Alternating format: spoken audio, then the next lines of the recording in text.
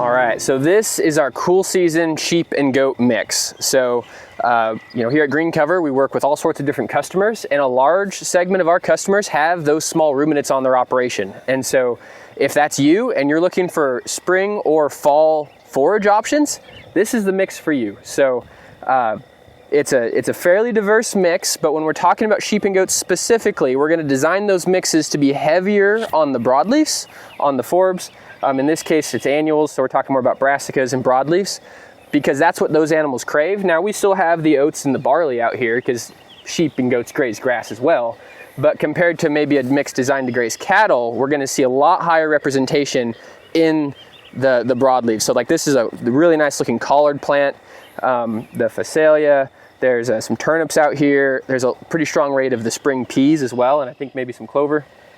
So we're bringing a lot of diversity to the table. We're looking to produce a lot of forage. So this mix was planted middle of April. It's now middle of June. I would have been wanting to graze this probably a month ago almost already. Plant, give it 30 to 45 days, start grazing. This mix would regrow really well, and you could probably graze it pretty well into the summer. So as we take it farther north, your grazing into the summer can go longer.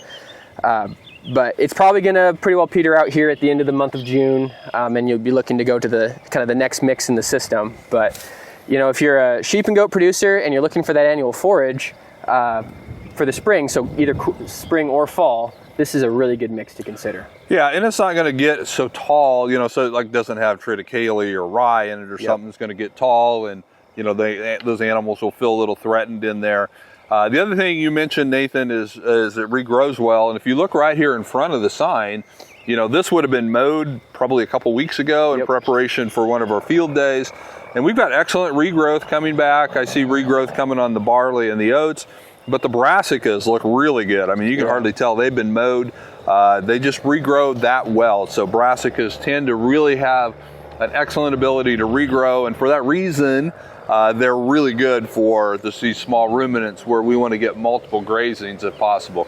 But a lot of that is going to depend on how you graze it. If the first time you graze it, you take it clear down to the ground, it's just going to take a lot longer to come back. It's not going to have near as much energy to do that. So proper grazing management is going to be the key to really maximizing the forage potential of these mixes. And that's true when we're talking about any livestock class, but especially sheep and goats, because if you stay on something and you allow them to graze that regrowth, with those small mouths, sheep and goats are able to browse off every little bit of regrowth, and they will, because that's high energy grazing, but it really hurts the plants. So proper rotational grazing. And I think you tend to get a lot more parasite issues too when they're grazing so close to the ground. So again, cover crop mixes are great, but it still requires really high level management to properly utilize them.